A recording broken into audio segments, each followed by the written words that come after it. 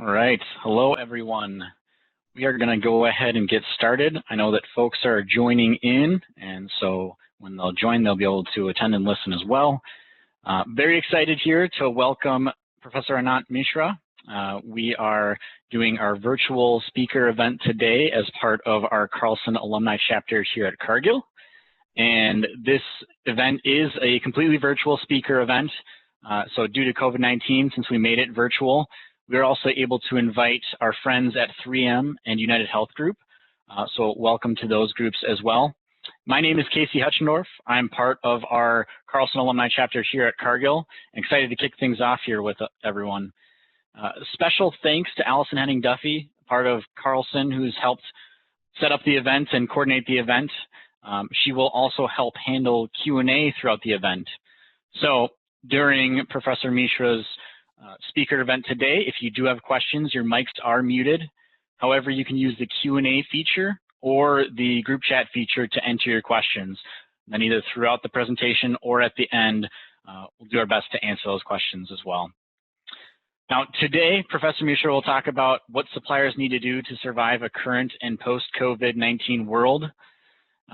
The event is being recorded, and the recording will be uploaded to Carlson's YouTube channel after it's completed.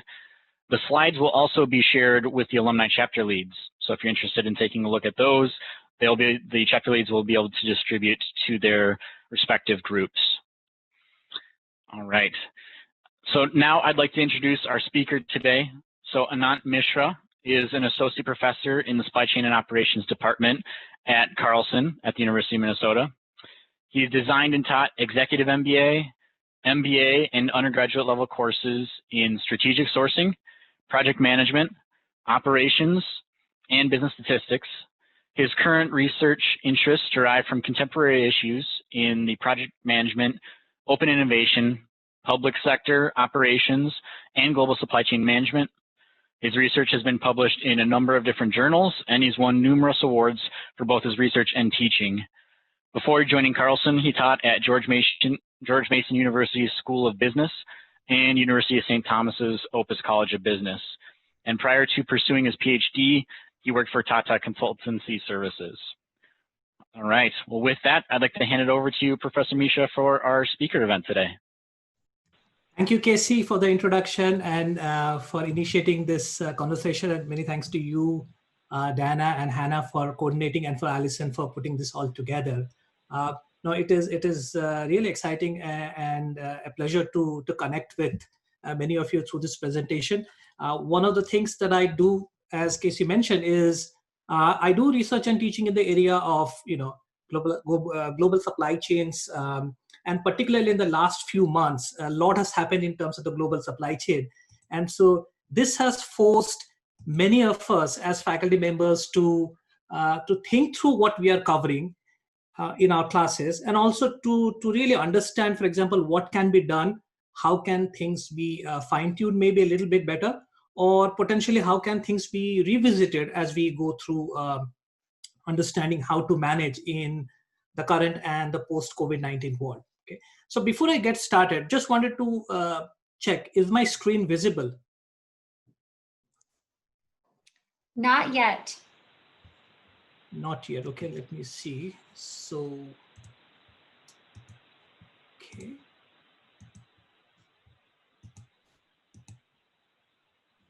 Is it visible now? Yep, looks great. Okay, great.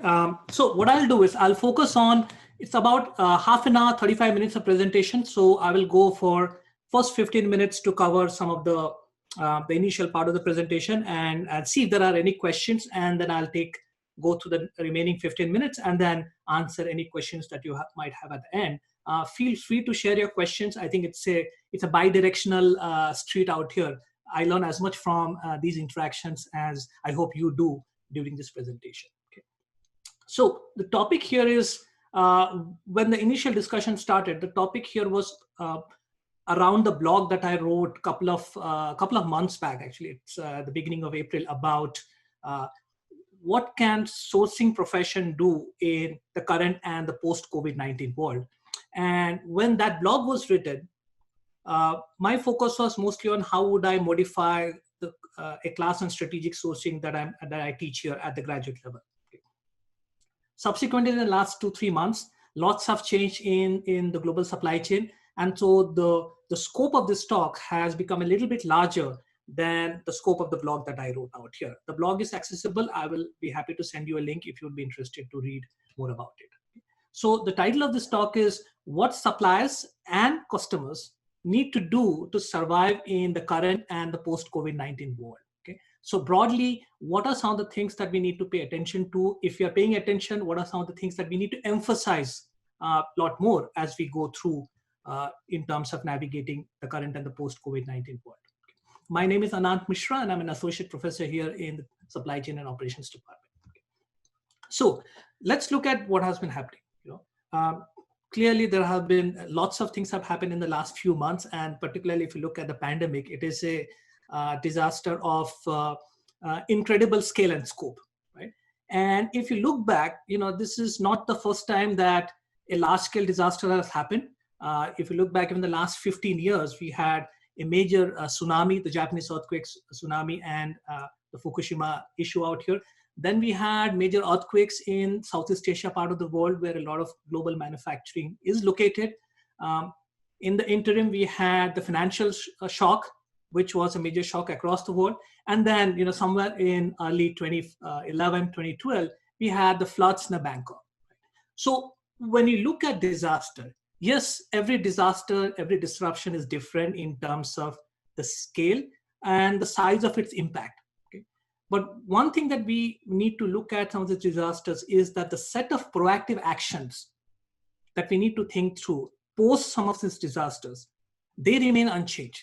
The broader idea of what are some of the steps we need to do remain unchanged. For example, whether we are going through a disaster or we are post-disaster, one of the things that we want to do is to detect risk. How can we detect risk better, more in advance? Okay, that's the overarching idea. Second, we can detect a whole set of risks, but the question is not every risk is a critical risk or a showstopper. Okay? So what are some of the key risks on which we need to pay more attention? And the third thing is, once you have identified the risk, how do we actually respond to risk in a proactive manner? What are some of the action plans? What are some of the contingencies? Right? So this framework is very consistent, whether we talk about any disaster, whether it's a financial or weather related, right? Now, what is different about the COVID-19? Many of you would have read in the past several months how this is significantly different from some of the prior disasters. So when we think about the mid-March, late March, in fact, even earlier than that in February, when it was affecting China in particular, it started off as a supply shock. It was predominantly a supply shock. And so there was a lot of concern in US about can we get the goods in time on our ports? Can we actually have enough supplies for raw materials and components or even completed products in our stores? Okay. Eventually, as this disaster started unfolding a lot more across different countries, it also became a demand shock. Right? So now, while the supply shock still exists to some extent, although the effect has reduced quite a bit, there is a demand shock. In other words, consumers are not buying as much as you would expect them, whereas you've already placed orders several months in advance. So what you have here is a combination of both supply shock and demand shock, which actually distinguishes this disaster significantly from what has happened in the past quite a bit. Okay.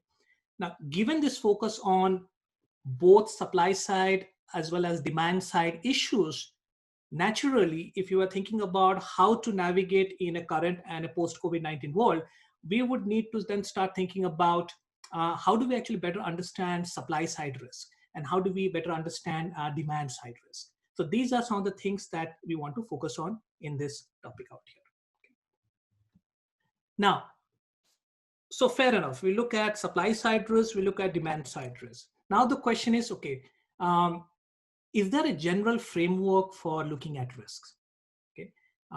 Can we divide up the risk in a broader framework which allows us to develop strategies? And the answer is yes, there are frameworks. These have been established for a long, long time. And my goal here is to emphasize some of these frameworks, but also provide some actionable plans as to how to look into some of these risks out here. So broadly, if you think about risks, right, you can look at risks are such as the known unknown risk, which is events that you anticipate might create trouble, events that are that have a likelihood of happening. It's not a certainty, that have a likelihood of happening, and if they happen, the exact outcome is unknown, but it could be damaging, right? So these are known events, such as a supplier quality problem, such as a particular strike in a geographical area, which can potentially create issues, right? So these are risk events that have the potential of happening, but the exact outcomes are unknown. So what we refer to them as known unknowns, right? And the strategy that I'm going to propose for addressing the known unknowns is what I would refer to as increasing the visibility strategy here in terms of risk management. Okay. Now, the next risk, which is actually the real challenge in managing disasters, is the unknown risk. In other words, these are risks that we don't know. We actually don't know what the risk events are. And because we don't know what the risk events are, we cannot predict their outcomes. We cannot assess the likelihood of the risk happening. And we don't know much quantifiable information about this risk. Right? So these risks are referred to as unknown unknowns. And the strategy that has been often proposed in prior work, and something which is receiving a lot more attention, is to focus on conducting vigilance. So the idea here is that unknown unknowns, yes, they're unknown unknowns, but they're not necessarily completely out of the world risks. These are risks that you can potentially uncover as you start conducting more and more vigilance out here. Okay. So let me elaborate on this a little bit more. So when we talk about visibility, effectively what we're talking about is we want to understand trends. We want to better understand trends that are happening in our supply chain, which means trends both on the supplier side as well as the customer side. And these could be market-related trends or market-related risk. These could be technology trends. If there's something happening in terms of the technological change in a given industry, or are suppliers investing in certain technology areas, which we should be aware of. Competition trends. Who else is competing in this market, and who else is potentially collaborating with suppliers? We may not necessarily have complete information on this, but the awareness is a key part of understanding what is happening out here. Again, the focus here is on increasing visibility. And the last one is looking at geopolitics trends. For example, what is the political nature of that location in which we are transacting? What is the nature of the politics? What is the nature of the issues, the social issues surrounding a particular place? And it's important to be aware of some of those issues in terms of increasing visibility, because that also allows us to have contingency in place out here. Okay.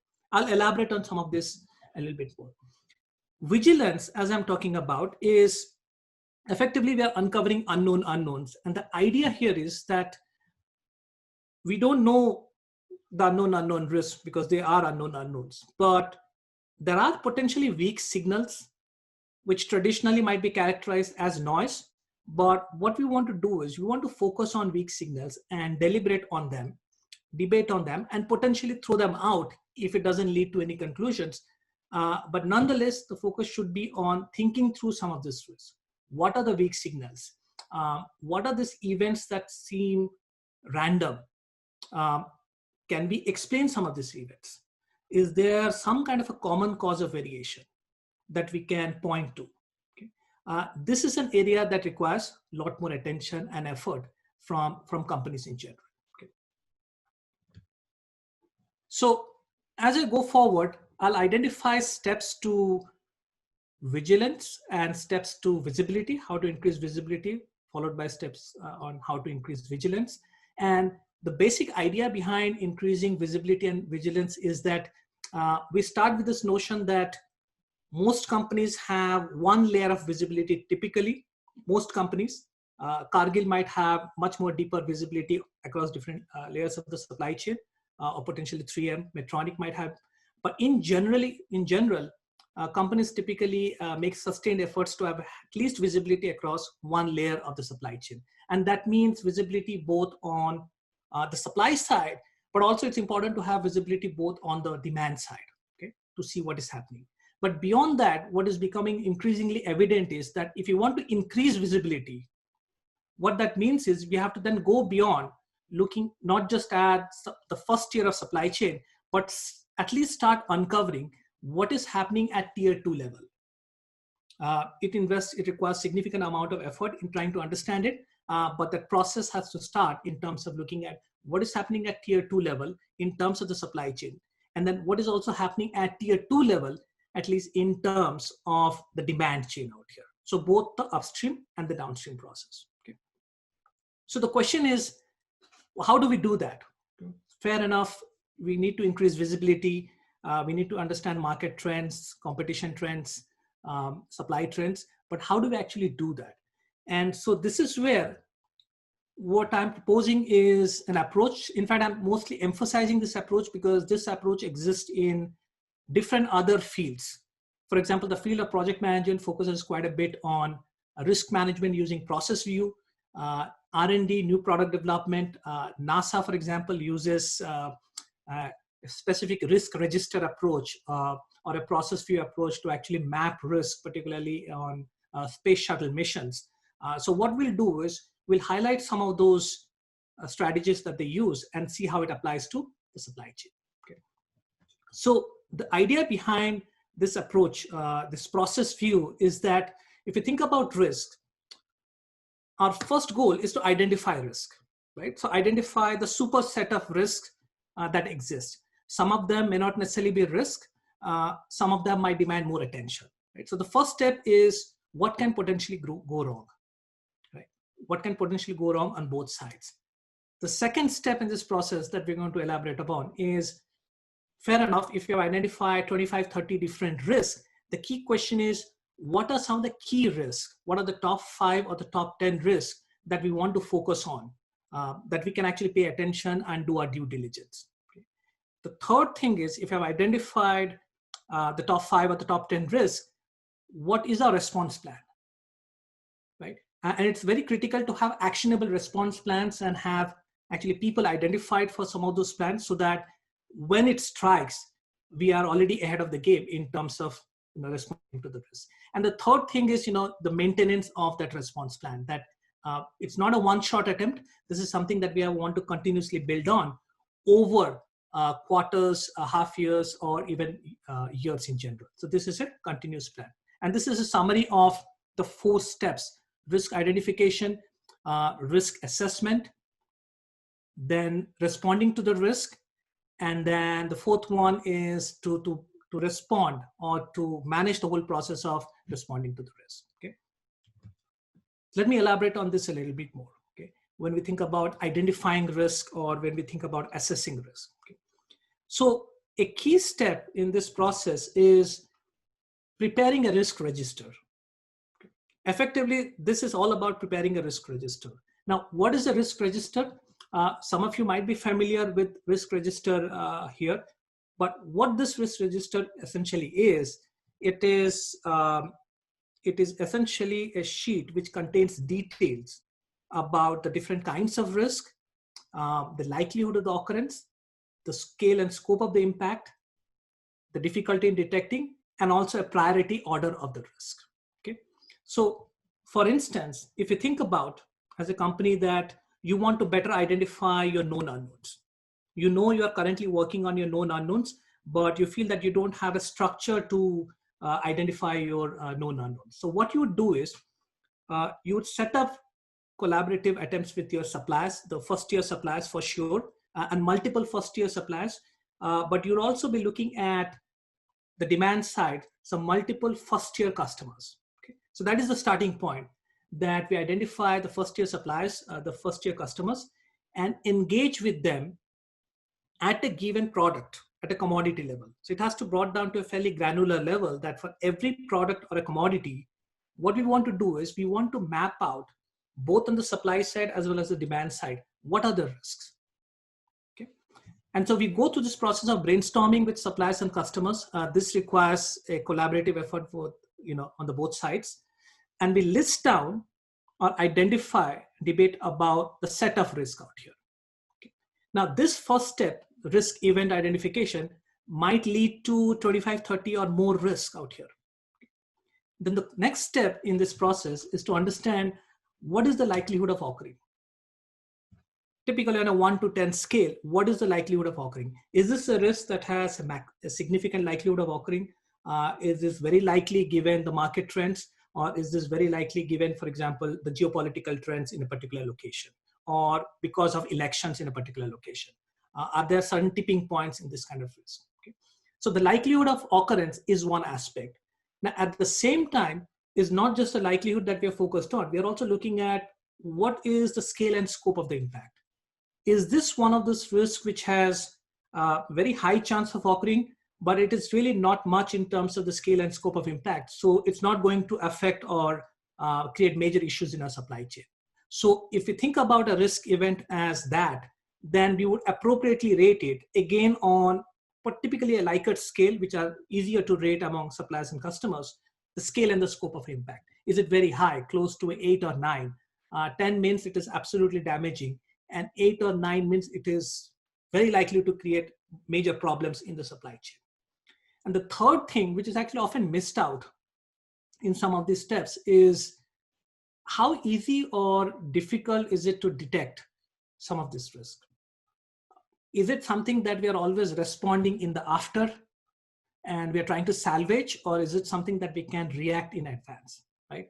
Are there certain signals that we can get maybe weeks in advance to understand this risk out here? And if the detection difficulty is low, then this risk is likely to be rated much more higher in the scale. Right? So what we're doing here is we are looking at each risk event, and through brainstorming with our suppliers and customers, as well as our internal team, we are trying to put some numbers as to the likelihood of occurrence, the scale and scope, and the detection difficulty. Okay. Once this is done, what we end up doing is we combine them. Typically, it's a multiplication of all these three, and that leads to an FMEA score, or a risk propensity score. Right? And so the higher the score is, the more this is going to be a challenge in terms of this is a risk that requires increasing priority, and this is a risk that needs to be addressed head-on straight away by the team out here. Okay? At the same time, you'll also notice that there's a planned response. Right? So the ones which are very high in the pecking order are the risks that require immediate attention. And these are risks, for example, which are potentially likely to be showstoppers. Right? So typically the risks that we categorize as red. Then you have the moderate risk, the yellow zone risk, which are risks which are not currently a huge problem, but the likelihood of them escalating into a major problem is quite high. Okay. And then you have risks which are more on the green side, which are fairly manageable. You have clear contingency plans, and the scope of their impact as well as the detection difficulty, these are all fairly manageable.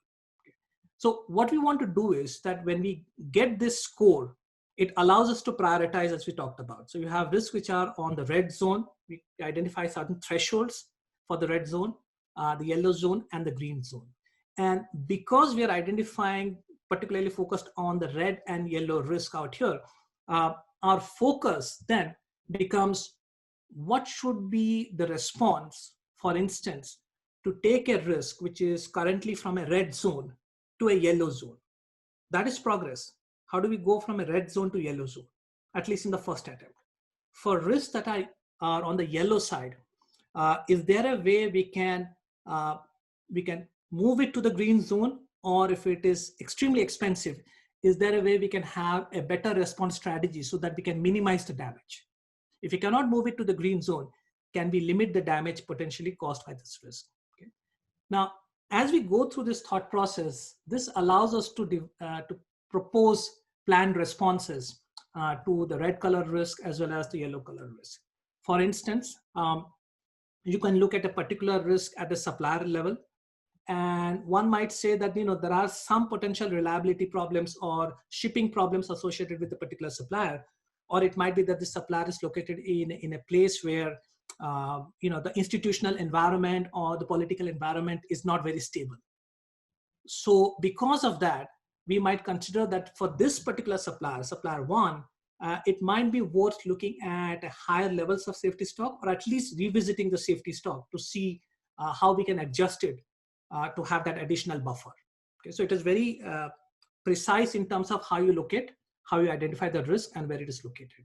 Another strategy could be, even if you have buffer, the fact of the matter is that buffers are not necessarily enough, and buffers can be expensive over a period of time, right? And so, is there a production shifting opportunity here? Can we locate another supplier in a different part of the world? And can we work on prepping the supplier through smaller orders? It doesn't have to be large scale orders, but is there a way we can work with the supplier, build strong relationship, and at least have smaller orders to keep the supplier technology going, the quality specifications up and running, and the production process generally moving according to our expectations. Okay? So this would be one of the steps, a planned response. This is simply an example. Third could be, it might force us to look very closely at certain suppliers and customer bases, saying, these are red risks. Now, these are risks, these are supply bases and customer bases which are very risky. And we might think about investing significantly in technology in this area or in these markets. And potentially one strategy could be to diversify some of the suppliers geographically, not necessarily within even the same country in a different location, but one could look at essentially geographic diversification, maybe sometimes to a different continent where the spillover effects are less likely to occur out here. So these would be some of the planned responses and some examples of planned responses out here. Any questions or thoughts that I can address here? I haven't received any questions, Professor Mishra, but everyone remember you may submit them through the chat or through the Q&A feature if you have any questions throughout the presentation. Sure.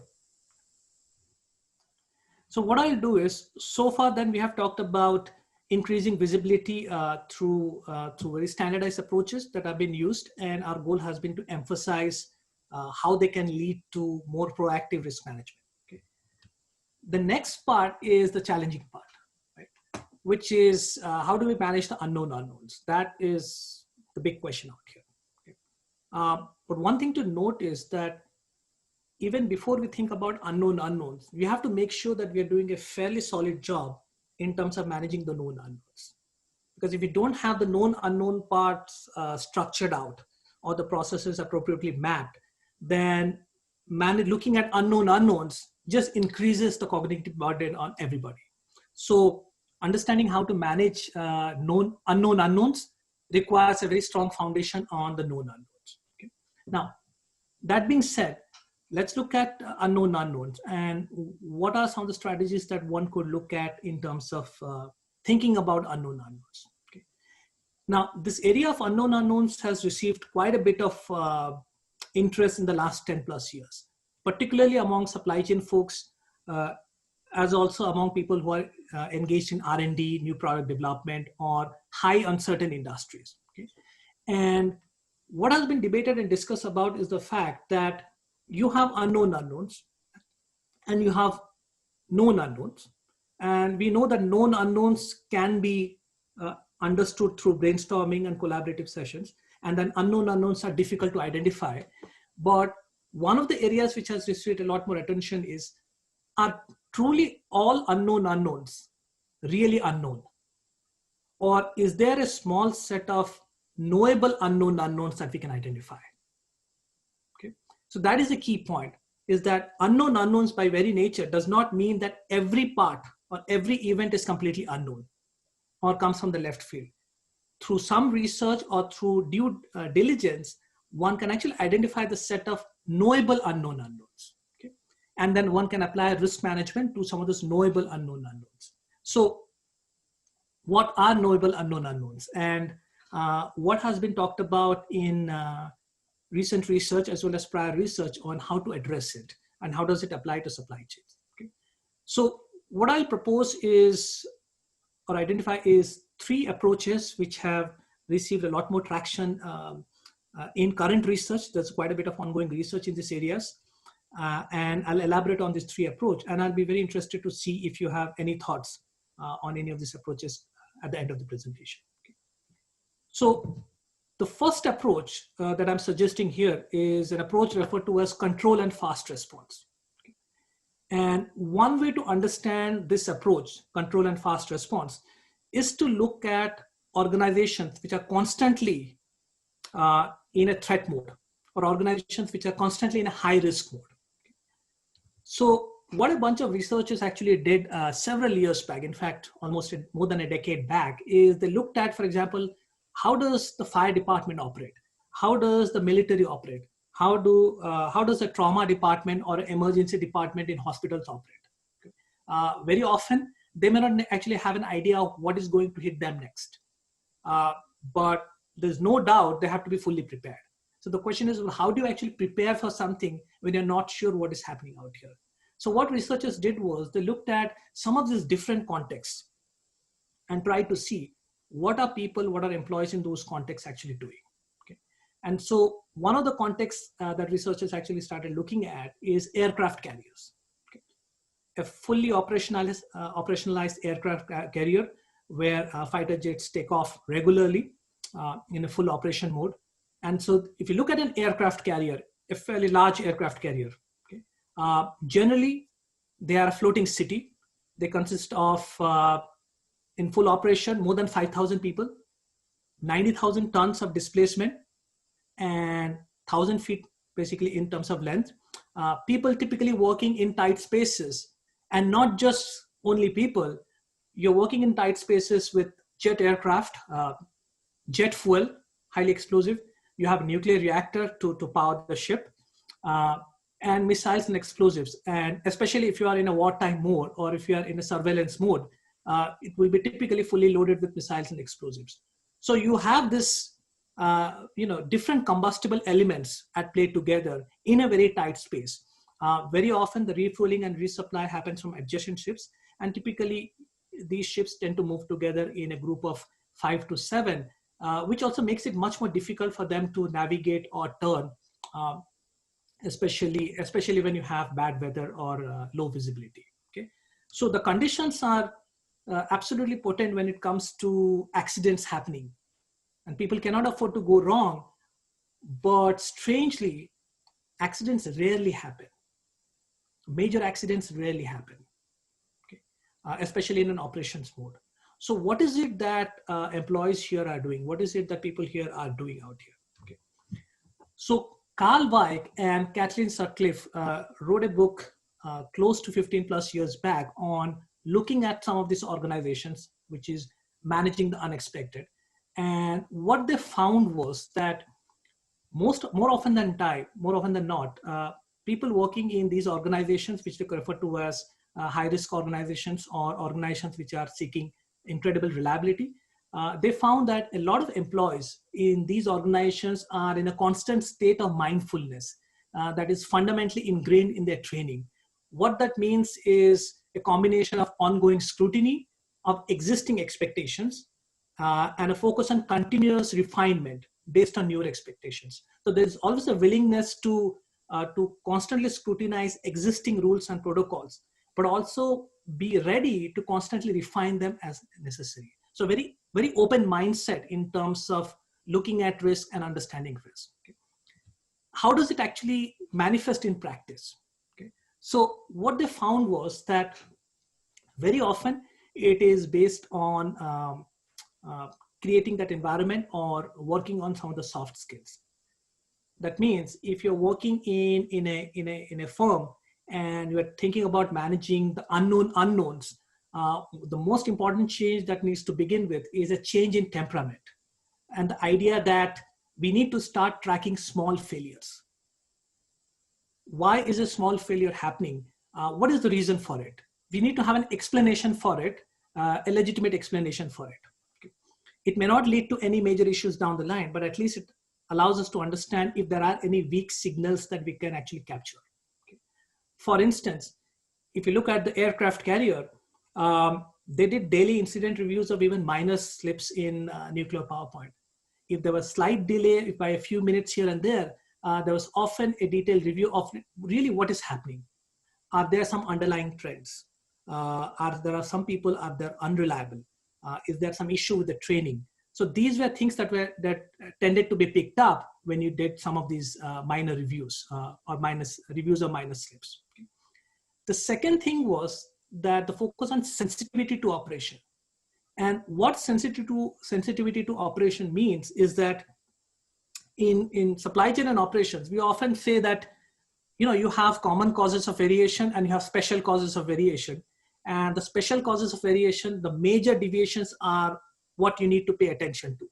Whereas there's likely to be common cause of variation, that's likely to be variability. Okay. What some of these organizations did was they did not necessarily look at variations like that. Yes, you have to manage your special cause of variation, but the focus in these organizations was also to understand what is causing this variability.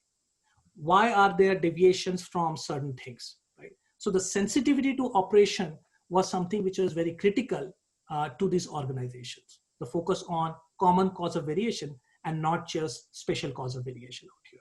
So that is approach one. And this is an approach again, which is followed repeatedly in other organizations such as Secret Service.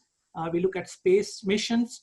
Very recently, there was a major space launch in US, first time in 10 plus years in terms of a major mission out here.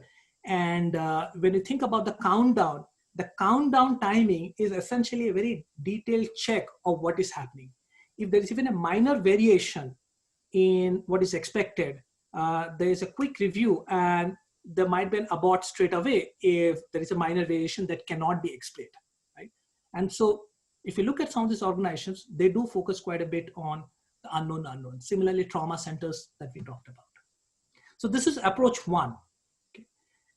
Approach two is something that has been emphasized broadly in leadership literature, has been talked about quite a bit on management literature, but something that needs to be, again, executed at the supply chain level. And that is that supply chain departments need to strike a balance between local autonomy and central command. You need to have both at play. Okay? The people who are directly interacting with the suppliers, the people who are actually conversing with the suppliers, who are conversing with the customers, are truly in the best position to sometimes pick up weak signals.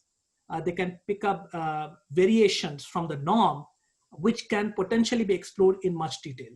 And that can lead to identification of glitches, minor glitches or anomalies, and one can address it before they start escalating into a full-blown crisis. Okay? So it is the observation at the local level, at the very granular level, which is very crucial out here. At the same time, it is crucial to have a central command, because what we want to do is that, yes, we want to have a significant amount of local autonomy, but we do want to have a structure as to how autonomy is exercised, how things are evaluated, how things are vetted, and how people are also trained to start picking up weak signals.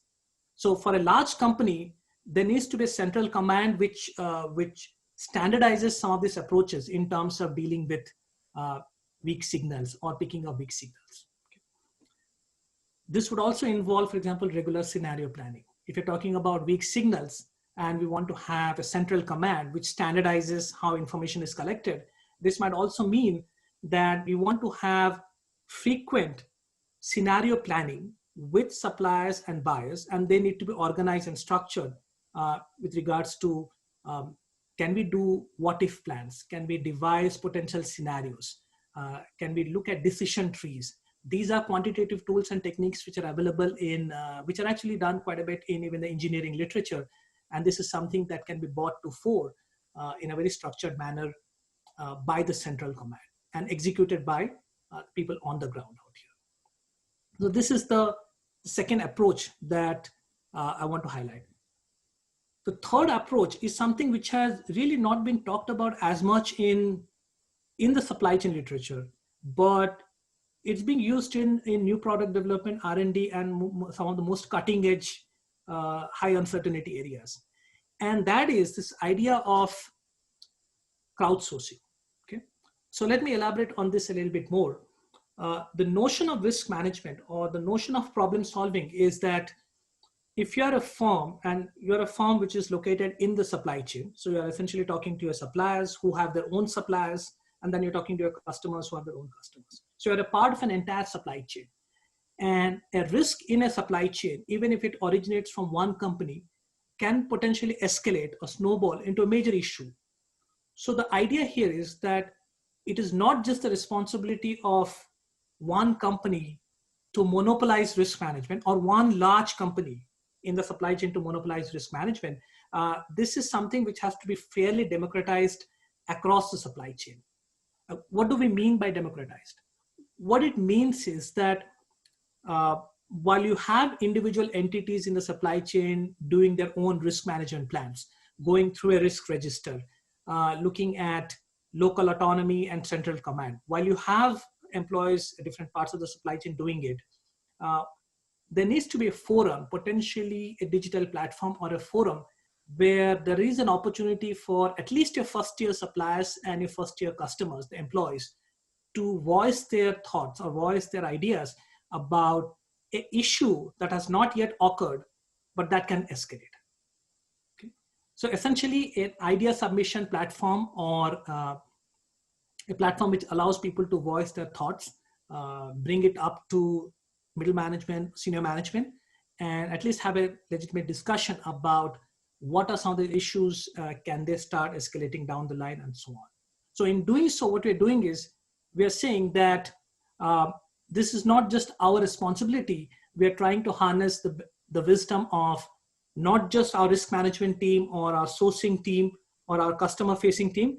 We're also interested to hear directly from the suppliers and the customers, what is it that they are finding out, okay, on a day-to-day basis. So having a digital platform can really have this, open up this possibility out here to better track risk out here and democratize the whole process.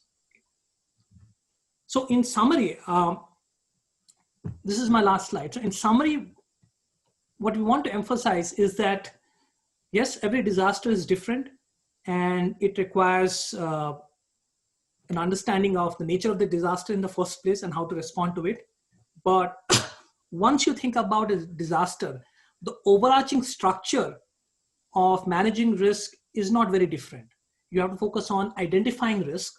You have to focus on assessing or prioritizing risk. And the third thing is to develop a response plan. Whether it is the known unknowns for sure, or also whether it is the unknown unknowns. Okay?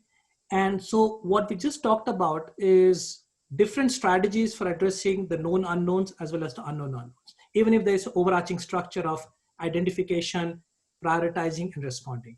Even within that structure, there are two different distinct strategies. One is to increase visibility, to better understand the known unknowns, to increase the scale of known unknowns. The second strategy for unknown unknowns is that to increase your vigilance so that we reduce the amount of unknown unknowns and we uncover the knowable unknown unknowns. Okay. There are completely black swan events that we will have never an idea. They're absolutely random, but there's an element of knowable unknown unknowns that we want to focus on, that we want to track on. Okay. Third point is anything that we do in the current and the post-COVID-19 world needs expansion beyond tier one. It needs to start for sure in a structured manner with tier one suppliers and tier one customers. That has to be structured significantly. But then those practices need to start spilling over at least to tier two. And then gradually we can have it as a more institutionalized process within the supply chain. The fourth thing is that all this risk assessment, risk prioritizing, developing response plans is actually a full-time job. So for companies, it becomes an interesting challenge as to who is responsible for risk management, who is responsible for identifying risk, who is responsible for developing response plans. This requires dedicated skill sets. And so having a person who's already fully loaded up with their day-to-day supply chain tasks and assigning them to also do developing risk registers and risk response plans might create a lot of burden. And unless there are appropriate incentives, the focus might go more and more towards day-to-day operations rather than responding to or thinking about risk. So it is critical for companies, going forward to actually identify dedicated skill sets and almost dedicated personnel which have a sufficient chunk of their time devoted to risk analysis, risk response development, and looking at unknown unknowns. So that's the overarching point of view that I wanted to communicate, and I'd be very much looking forward to your thoughts and questions on this. Thanks, Professor Mishra. We do have a couple questions that have come in, and as a reminder, you can submit further questions via Q&A or the chat feature. But firstly, do you have any examples of digital platforms that you have seen used between suppliers and customers to identify risks? And we're referring to the third approach there. Sure.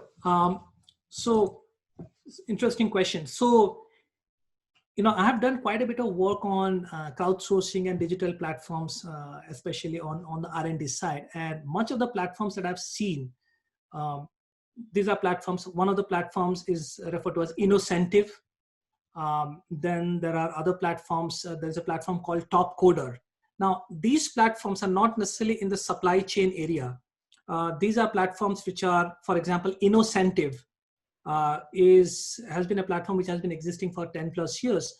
And what they do is these are companies which are facing seriously challenging R&D problems that their own team is working on, but the own team is not yet able to solve the problem. And so what these platforms have done, especially on Innocentive, is to open it up to the rest of the world and to seek solutions to it for a given price. I have not necessarily seen it in a very structured way within companies. It has happened more on the upstream side, but not necessarily in the supply chain side. Thank you. To meet customers' needs, suppliers may need to take on additional costs for things like buffer stock or needing to shift production across geographies. Do you think that we're getting to a point where customers are willing to spend more for these capabilities and additional costs? Or do you envision that these are just costs that need to be absorbed by suppliers? It's a great question.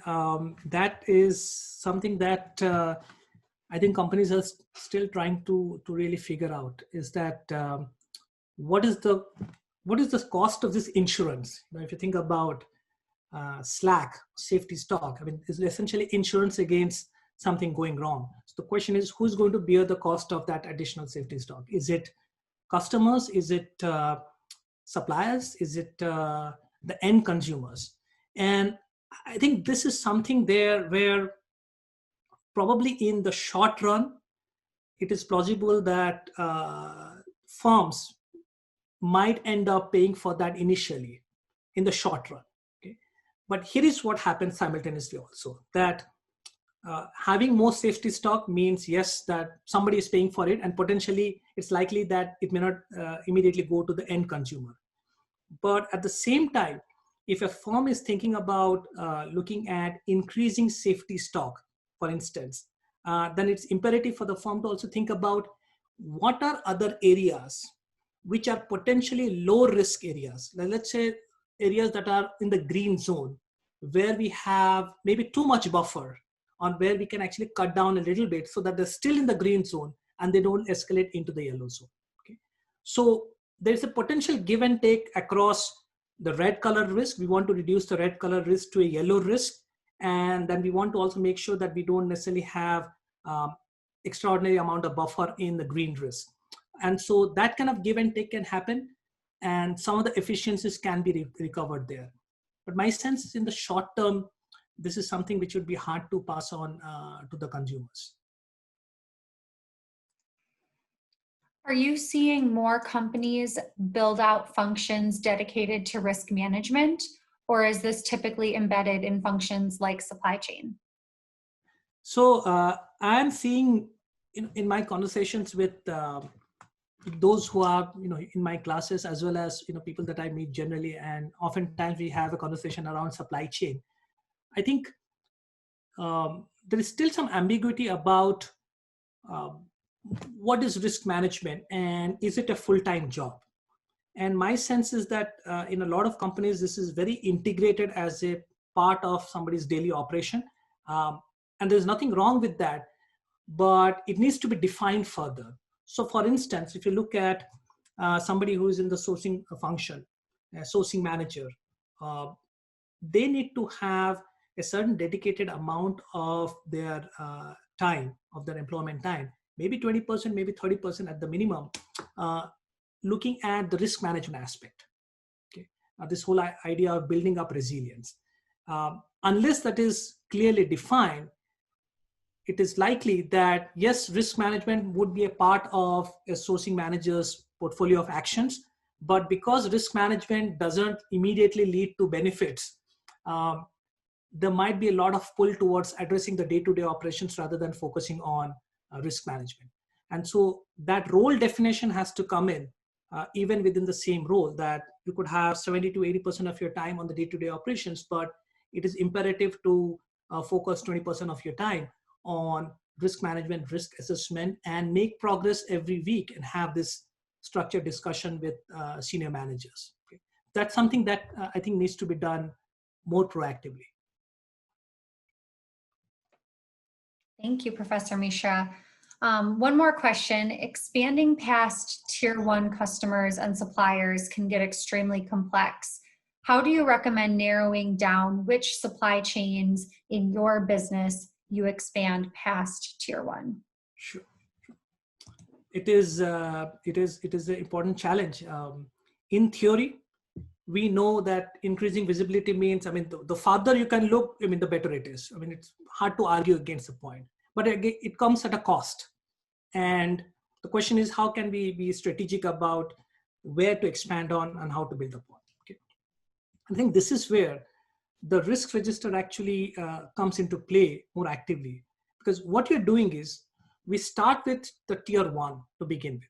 We want to make sure that at least the tier 1 risks are clearly identified. So let's say we are collaborating with our tier 1 suppliers, tier 1 customers. We start identifying a set of risks across tier 1, which are in the red category. Right? Now the question is, well, why are they in the red category? And upon subsequent exploration or discussion with our suppliers, it might be revealed that it is in the red category because this supplier is dealing with a particular tier 2 supplier, which is a major provider. And these are the set of issues associated with the tier 2 supplier, because of which the reliability is low for the tier 1 supplier. So when we start looking at tier 1, we also start seeing through conversations what tier 2 suppliers do companies need to pay more attention. And is it possible for a company, a large company, for example, like Cargill, Medtronic, 3M, is it possible for some of these companies to potentially seek out or collaborate with the tier 2 suppliers to increase the reliability? This is something that can be done very strategically. It needs to start with the tier 1 here.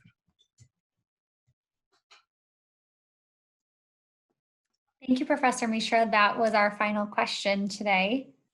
And Casey from the Cargill chapters will come back and wrap us all up. Perfect. Well, thank you, Professor Mishra. Very interesting information in here. Looking forward to seeing the deck. I know, like we mentioned, we'll be able to send that out afterwards for those who haven't seen it yet. And as we did mention, this is being recorded and will be shared on Carlson's YouTube channel. So we'll be able to send that link out as well. Again, Professor Mishra, thank you so much for your time. I'd say we got just a couple minutes left. I do have one more question here Sure. for you. Just kind of, what do you see as your vision in the next, 10 to 15 years in this space? Sounds like this is an area that's continuing to be built out. We've got a lot of information in the last, 15 years that have been coming out and getting more robust in it. But what do you see as the future? Oh, I think it's a terrific question. I think here's what I see. I think supply chain. So yes, we talk about big data and analytics quite a bit. There has been quite a bit of conversation on big data and analytics in the supply chain, but it seems like big data and data science is still very different from the supply chain. And you have people who are absolute specialists in data science who run Python and R, but may not have any clue about supply chain and how does it operate. I think it's becoming very important for supply chain professionals to get themselves more and more familiar with big data analytics and data science, because it's actually data. The weak signals, the way you can pick up some of the weak signals is actually through cutting edge data analytics. That's what cybersecurity folks actually do. That's what US as a country does in trying to understand where are the signals coming from, who are the people talking, and can we do some predictions based on that. So my sense is that there is probably going to be an increasing push towards more quantification of risk management. And the moment we start going towards that more and more, there will be quite a bit of need and demand for people who are familiar with data science in the supply chain, and people who are reasonably comfortable with getting their hands dirty. And I think that could be a key step forward. Perfect. All right. Well, like I said, really appreciate the time, Professor Mishra. Thank you all for joining here for our virtual event. We plan to do these again in the future as well. So looking forward to our next session around this. Again, if you are interested in seeing more info about it, we will be sending out the slides and the link to the video, which we'll distribute out to the chapter leads as well. So for 3M and United Health Group, you should be able to see it as well. So again, appreciate the time. Thanks everyone, and stay safe. Thank you all. It's a pleasure connecting with you. If you have any questions, feel free to send me an email. My email is right here in front. I'll be very interested to engage with you and just brainstorm about stuff if you have a chance to think about it. Looking forward to connecting with many of you. Thank you. Thank you.